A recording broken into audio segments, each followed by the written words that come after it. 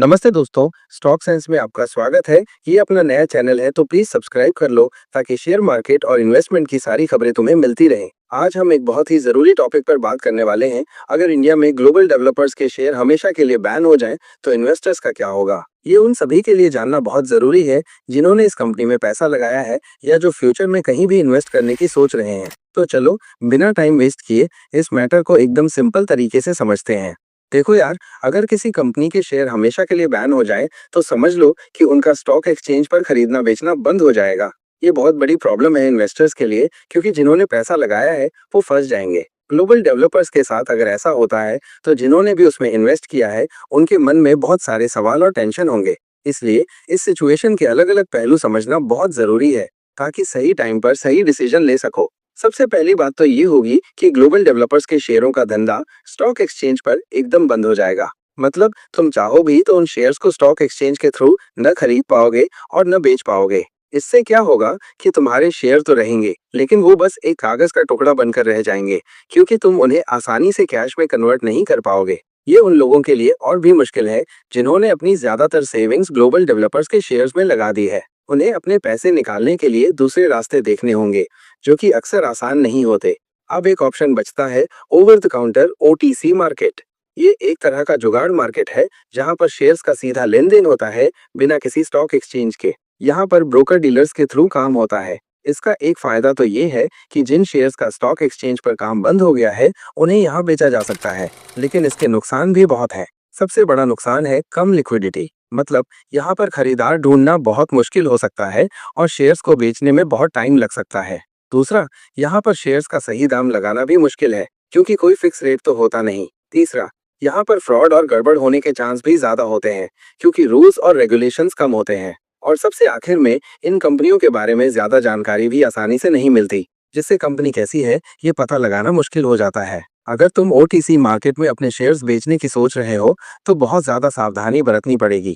किसी भरोसेमंद ब्रोकर से बात करो, कंपनी के बारे में ज्यादा से ज्यादा जानकारी निकालो और रिस्क को अच्छे से समझ लो। मान लो अगर ग्लोबल डेवलपर्स दिवालिया हो जाती है, मतलब कंपनी के पास अपने कर्ज चुकाने के लिए पैसे नहीं बचते, तो सिचुएशन और भी खराब हो सकती है। दिवालिया होने पर कंपनी की जो भी प्रॉपर्टी वगैरह होती है उसे बेचकर कर्ज चुकाया जाता है। इसमें सबसे पहले उन लोगों को पैसा मिलता है जिन्होंने कंपनी को उधार दिया था। उसके बाद अगर कुछ बचता है तो वो शेयर होल्डर्स को मिलता है। अब शेयर होल्डर्स तो कंपनी के मालिक होते हैं, लेकिन दिवालिया होने पर उन्हें सबसे आखिर में पैसा मिलता है और अक्सर कुछ बचता ही नहीं है। तो अगर ग्लोबल डेवलपर्स दिवालिया हो जाती है तो जिन्होंने भी उसमें पैसा लगाया है उन्हें अपना ज्यादातर या पूरा पैसा डूबने का खतरा है।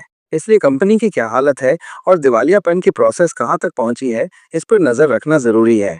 अब बात करते हैं सेबी की। ये इंडिया में शेयर मार्केट का बॉस है और इसका काम है इन्वेस्टर्स के हितों की रक्षा करना और मार्केट को सही रखना। सेबी कंपनियों के लिए रूल्स बनाता है कि उन्हें अपनी फाइनेंशियल डिटेल्स और दूसरी जरूरी बातें बतानी पड़ेंगी, जिससे इन्वेस्टर्स सोच समझकर फैसला ले सकें। अगर कोई कंपनी रूल्स नहीं मानती है या इन्वेस्टर्स के साथ गलत करती है तो सेबी एक्शन ले सकता है, जैसे जुर्माना लगाना या कंपनी के डायरेक्टर्स पर बैन लगाना।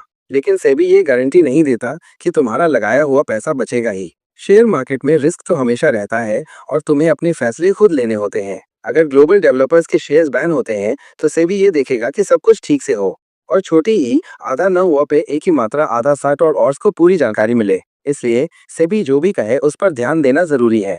अगर तुम्हारे पास ग्लोबल डेवलपर्स के शेयर्स हैं या तुम फ्यूचर में कहीं इन्वेस्ट करने की सोच रहे हो तो कुछ बातें हमेशा याद रखना। अपनी इन्वेस्टमेंट पर नजर रखो, कंपनी के बारे में जो भी न्यूज आए उस पर ध्यान दो। स्टॉक एक्सचेंज की वेबसाइट और कंपनी की वेबसाइट चेक करते रहो। थोड़ा अलर्ट रहो, अगर तुम्हें कंपनी के बारे में कुछ भी गड़बड़ लगे तो तुरंत ध्यान दो। अफवाहों पर भरोसा मत करो, हमेशा सच जानने की कोशिश करो। अगर तुम्हें कुछ समझ नहीं आ रहा है तो किसी फाइनेंशियल एडवाइजर से सलाह लो, वो तुम्हारी सिचुएशन देखकर सही गाइडेंस दे पाएगा। कभी भी अपना सारा पैसा एक ही जगह मत लगाओ, अलग अलग जगह इन्वेस्ट करो, ताकि अगर एक जगह नुकसान हो तो दूसरी जगह से कवर हो जाए। और सबसे जरूरी बात, शेयर मार्केट में रिस्क होता है, इसलिए इन्वेस्ट करने से पहले ये समझ लो कि तुम कितना रिस्क ले सकते हो और तुम्हारा गोल क्या है। सेबी के रूल्स को फॉलो करो, उससे तुम्हारी हेल्प हो सकती है। दोस्तों, उम्मीद है ये जानकारी तुम्हारे लिए काम की होगी। शेयर मार्केट और इन्वेस्टमेंट के बारे में और जानने के लिए हमारे चैनल स्टॉक सेंस को सब्सक्राइब करना मत भूलना। हम तुम्हारे लिए ऐसे ही जरूरी टॉपिक्स पर वीडियो लाते रहेंगे। तुम्हारा सपोर्ट हमारे लिए बहुत मायने रखता है। Thank you.